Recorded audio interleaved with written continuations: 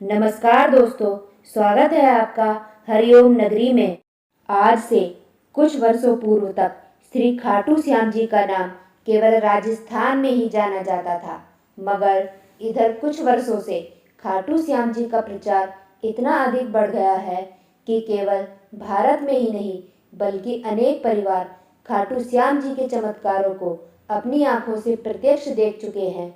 राजस्थान के सीकर जिले में श्री खाटू श्याम जी का मंदिर स्थित है। मान्यता है कि श्याम बाबा सभी की मनोकामनाएं पूरी करते हैं।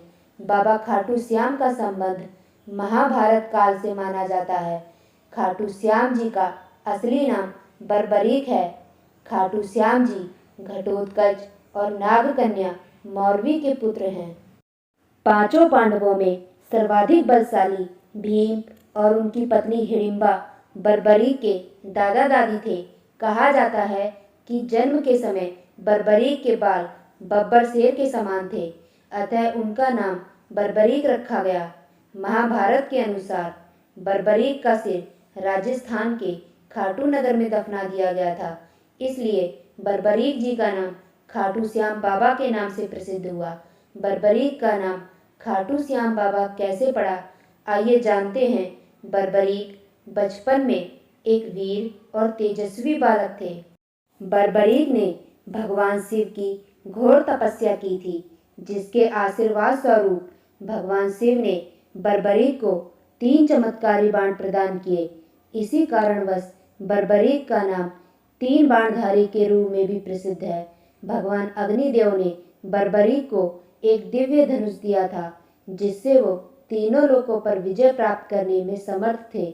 जब कौरवों पांडवों का युद्ध होने की सूचना बर्बरीक को मिली तो उन्होंने भी युद्ध में भाग लेने का निर्णय लिया। बर्बरीक ने अपनी मां का आशीर्वाद लिया और युद्ध में हारते हुए पक्ष का साथ देने का वचन देकर निकल पड़े। इसी वचन के कारण हारे का सहारा बाबा श्याम हमारा, यह बात प्रसिद्ध हुई। भगवान श्री कृष्ण को जब यह वृतांत ज्ञात हुआ तो उन्होंने सोचा कि ऐसी स्थिति में युद्ध कभी समाप्त नहीं होने वाला, अतः उन्होंने ब्राह्मण का वेश धारण कर बर्बरीक से प्रश्न किया कि वो मात्र 3 बाण लेकर लड़ने को जा रहा है। मात्र 3 बाण से कोई युद्ध कैसे लड़ सकता है? बर्बरीक ने कहा कि उनका एक ही बाण शत्रु सेना को समाप्त करने में सक्षम है और इसके बाद भी वह तीर नष्ट ना होकर वापस उनके तरकस में आ जाएगा और तीनों तीर के उपयोग से तो संपूर्ण जगत का विनाश किया जा सकता है। ब्राह्मण ने बर्बरीक से एक पीपल के वृक्ष की ओर इशारा करके कहा कि वो एक बाण से पेड़ के सारे पत्तों को भेद कर दिखाए। बर्बरीक ने भगवान का ध्यान कर एक बाण छोड़ दिया। उस बाण ने पीपल के सारे पत्तों को छेद दिया और उसके बाद ब्राह्मण बने कृष्ण के पैर के चारों तरफ घूमने लगा। असल में कृष्ण ने एक पत्ता अपने पैर के नीचे छिपा दिया था। बर्बरीक समझ गए कि तीर उसी पत्ते को भेदने के लिए ब्राह्मण के पैर के चक्कर लगा रहा है। बर्बरीक बोले, हे ब्राह्मण, अपना पैर हटा लो, नहीं तो यह आपके पैर को भेद देगा। श्री कृष्ण बर्बरीक के पराक्रम से प्रसन्न हुए। उन्होंने पूछा कि बर्बरीक किस पक्ष की तरफ से युद्ध करेंगे। बर्बरीक बोले कि उन्होंने लड़ने के लिए कोई पक्ष निर्धारित नहीं किया है, वो तो बस अपने वचन के अनुसार हारे हुए पक्ष की ओर से लड़ेंगे। श्री कृष्ण ये सुनकर विचार मग्न हो गए, क्योंकि बर्बरीक के इस वचन के बारे में कौरव जानते थे। इसलिए कौरवों ने योजना बनाई थी कि युद्ध के पहले दिन वो कम सेना के साथ युद्ध करेंगे। इससे कौरव युद्ध में हारने लगेंगे, जिसके कारण बर्बरीक कौरवों की तरफ से लड़ने आ जाएंगे। कौरवों की योजना विफल करने के लिए ब्राह्मण बने कृष्ण ने बर्बरीक से एक दान देने का वचन मांगा। बर्बरीक ने दान देने का वचन दे दिया। अब ब्राह्मण ने बर्बरीक से कहा कि उसे दान में बर्बरीक का सिर चाहिए।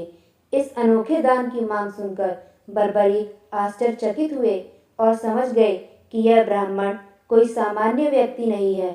बर्बरीक ने प्रार्थना की कि वो दिए गए वचन के अनुसार अपने शीश का दान अवश्य करेंगे, लेकिन पहले ब्राह्मण देव अपने वास्तविक रूप में प्रकट हो। भगवान कृष्ण अपने असली रूप में प्रकट हुए।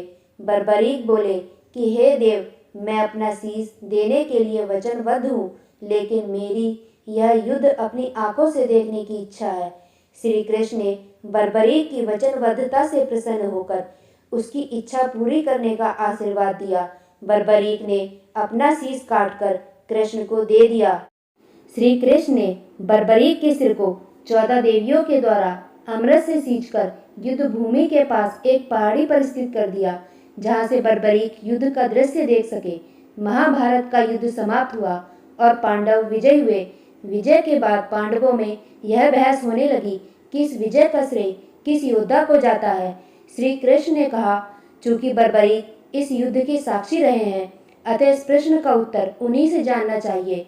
तब परमवीर बर्बरीक ने कहा कि इस युद्ध की विजय का श्रेय एकमात्र श्री कृष्ण को जाता है, क्योंकि यह सब कुछ श्री कृष्ण की उत्कृष्ट युद्ध नीति के कारण ही संभव हुआ है। विजय के पीछे सब कुछ श्री कृष्ण की ही माया थी। श्री कृष्ण वीर बर्बरीक की महानता से अति प्रसन्न हुए और उन्होंने कहा, हे वीर बर्बरीक, आप महान हैं। मेरे आशीर्वाद स्वरूप आज से आप मेरे नाम श्याम से प्रसिद्ध होंगे। कलयुग में आप कृष्ण अवतार रूप में पूजे जाएंगे और अपने भक्तों के मनोरथ पूर्ण करेंगे। भगवान श्री कृष्ण का वचन सिद्ध हुआ और आज हम देखते भी हैं कि भगवान श्री खाटू श्याम बाबा जी अपने भक्तों पर निरंतर अपनी कृपा बनाए रखते हैं और हारे का सहारा बनते हैं।